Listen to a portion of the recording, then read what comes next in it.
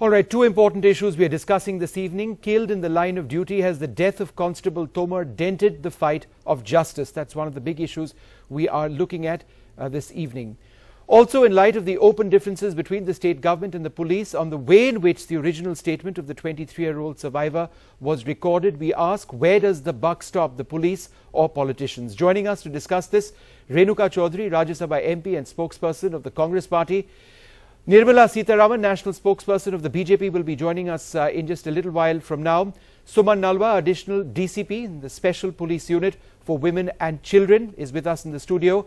Manish Sisodiya, a member of the Aam Aadmi Party. Justice Mukul Mudgal, former judge of the Delhi High Court and former Chief Justice of the Punjab and Haryana High Court. Nalini Singh, the senior journalist and editor, and Reena Dhaka, the well-known fashion designer. Thank you all very much for joining us. Suman, if I can ask you first, Twitter is abuzz with rumors and reports that Subhash Tomar in fact died of a heart attack unconnected to the violence or the injuries that he may have sustained. Once and for all, can you clarify the reasons, the causes of his immediate death? That will be revealed in the post-mortem, but the Commissioner of Police has given a press conference in which he has stated that he had sustained injuries in his stomach, in his chest. Serious enough? Yes, they were serious enough to cause his death. Did he also suffer a heart attack? I would not comment on that. We'll wait for the post-mortem report to come in. Do you have substantial evidence, because a lot of this was filmed, but the attack on Tomar itself was not. Do you believe you've been able, you will have evidence to prove without doubt that there were certain people who were responsible for assaulting him which could have resulted in his death? Of course, we are going through all the video clippings which we can get hold of, and then of course we would go for the conviction of the people who are responsible for this. All right, so you are absolutely certain that he was killed as a result of the violence and therefore murder charges do apply. It wasn't because he was unwell or he had a heart attack or one thing related to the other. It's important to clarify this because Twitter is abuzz with these rumors. Yes, I would say that. All right. Renuka, let me just in fact come across to Manish Sisodiya. Manish, Arvind Kejriwal, your leader, General VK Singh, the former Chief of Army Staff, Baba Ramdev are among individuals who are apparently responsible for instigating the mobs, are perhaps responsible in instigating people in the attack on Subhash Tomar. Why on earth would Arvind want to get involved in protests at the stage in which he did, when things were getting out of hand? Vishnu, मैं हिंदी में बात रखूंगा। जी जरूर। पहले तो सुभाष जी के साथ जो हुआ वो बहुत ही अनफॉर्चुनेट है और बहुत ही पेनफुल है। उनकी फैमिली के, जैसे उनके बेटे कह रहे थे कि उनके डैमेज को कंट्रोल नहीं किया जा सकता, लेकिन अच्छी बात है कि पुलिस ये कह रही है कि हम एक एक वीडियो फुटेज को देख रहे हैं और हम भी चाहेंगे कि जो भी रेस्पॉन्सिबल है उनकी इस डेथ के लिए उसको कड़ी से कड़ी सजा दी जाए और तुरंत जल्दी से जल्दी सजा दी जाए। आई एग्री कि उनके फैमिली के डैमेज को कंट्रोल नहीं किया जा सकता, लेकिन सजा जरूर मिलनी चाहिए उन लोगों को जिन्होंने ऐसा किया है, क्योंकि ये आंदोलन में वायलेंस किसी भी रूप में बर्दाश्त नहीं है। We all know there has to be justice for this man or any person. But why was Arvind Kejriwal involved to such an extent that the police believe he was instigating mobs? Those mobs were responsible for killing this man, quite possibly. नहीं, मुझे नहीं लगता कि police ऐसा कह रही है। Police ने कुछ लोगों को अरेस्ट किया था, उनके बारे में ये हुआ कि उनमें से एक आदमी आम आदमी पार्टी के साथ में अटैच था, बाकी 7 लोगों को तो हम लोग नहीं जानते। उनके बारे में हमने ये कहा, जब कोर्ट ने कल उनको छोड़ा तो हमने ये सवाल खड़ा किया था कि ये अलग अलग जगह से उठाए गए लोगों के ऊपर एक आरोप कैसे लगाया गया। ये कुछ सवाल थे जो कोर्ट ने वहां पूछे थे, वो हमने खड़े किए हैं। इसके अलावा march towards India Gate, wasn't that the central thing that he should not have been doing? पर ये तो देश में हो रहा है भाई। अगर देखिए, गुस्सा है लोगों के अंदर और सत्ता में ऊपर बैठे हुए लोगों से लोग मिलकर अपनी बात कहना चाहते हैं और सत्ता में ऊपर बैठे हुए लोग मिलना नहीं चाहते। वो कहते हैं हम आपसे नहीं मिलेंगे, हमारे आगे पुलिस खड़ी कर दी जाती है। ये तो होना चाहिए, सत्ता में बैठे हुए लोगों को थोड़ा खुले दिल से आगे आना चाहिए। Politicizing an issue which has unfortunately erupted into mass violence. It's no longer unfortunately about the justice that seems to have been lost out. When there was mass violence, why did Arvind come in and instigate these crowds? Or do you believe the police are saying? नहीं आए थे, विष्णु, जैसे media की जिम्मेदारी है कि वो हर अच्छे काम को साथ दे और गलत काम को, बुराई को, उसको अपोज करे, वैसे एक आम आदमी, एक एक्टिविस्ट होने के नाते हमारी भी जिम्मेदारी है। ये तो आपके बारे में भी कहा जाता है, लोग कहते हैं कि भाई वहां मैं इंडिया गेट पे सुन रहा था, मीडिया वाले अपनी टीआरपी बढ़ाने पहुंच गए थे, लेकिन वो सच नहीं है। सच ये है कि आप सही को और गलत को दिखाने पहुंचे थे। वैसे ही कोई अच्छा काम अगर हो रहा है, कोई लोग गुस्से में हैं, तो हम भी उनके साथ खड़े होंगे। ऐसा नहीं है कि हम पॉलिटिकल पार्टी हो गए तो हम उनके साथ खड़े नहीं होंगे। रेणुका, हिंसा हम नहीं फैलाएंगे और हिंसा बिल्कुल यकीन नहीं करते हैं हम। Renuka, he makes an important point. He believes that his party and the others over there were doing good work, acha kaam, work which needed to be highlighted.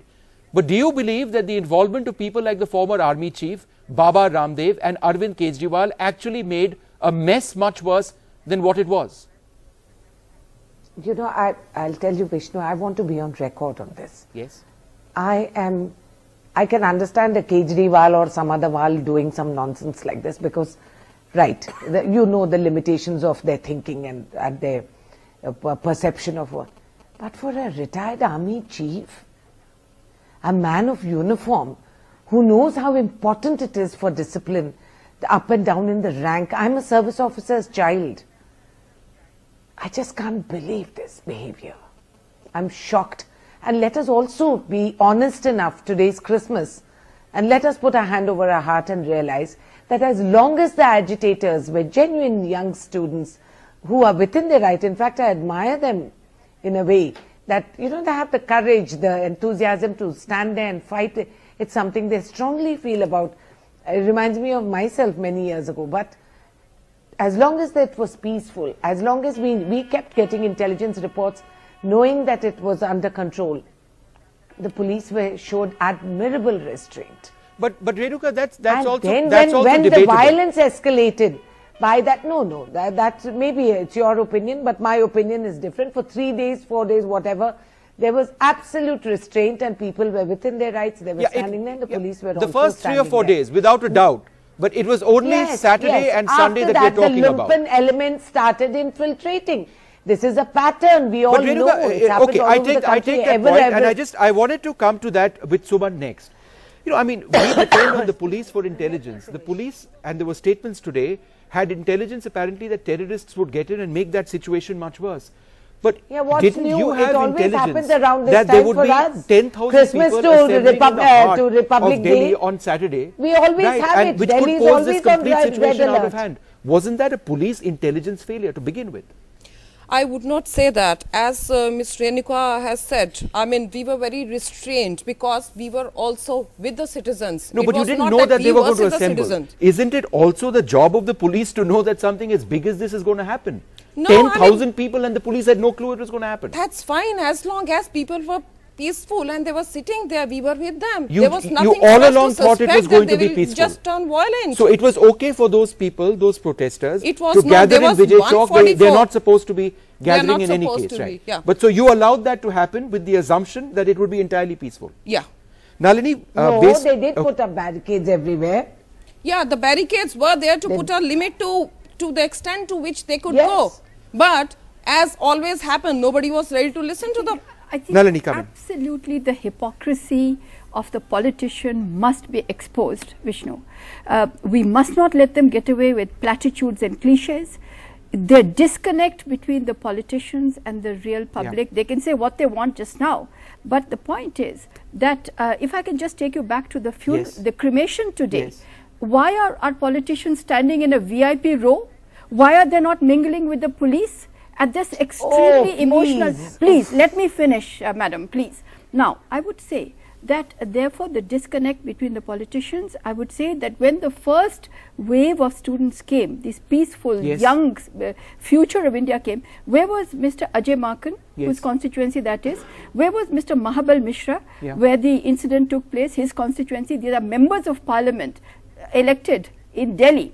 I would say that what is actually now very visible is that the students have said, this is not the India that we want. We want a different India, where this India where they see that there is no accountability, there is absolutely devilish hierarchy, where you, this is true, that you cannot get to your parliamentarians.